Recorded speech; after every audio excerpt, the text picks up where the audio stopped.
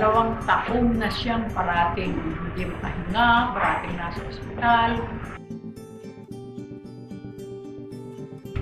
From the time na bumalik kami dito, galing kami sa Amerika, dito na-underground, na-underclassing naman siya.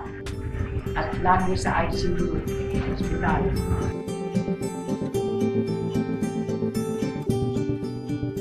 Sinabi ng kanyang cardiologist na he should undergo open heart operation.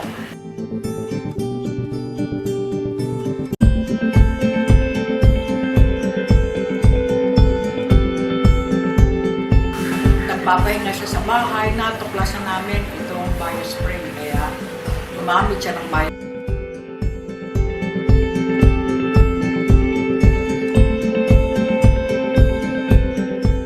After 10 days of using biospray, alis na yung oxygen, alis na yung humidifier, alis na yung nebulizer, at yung ibang gamot niya.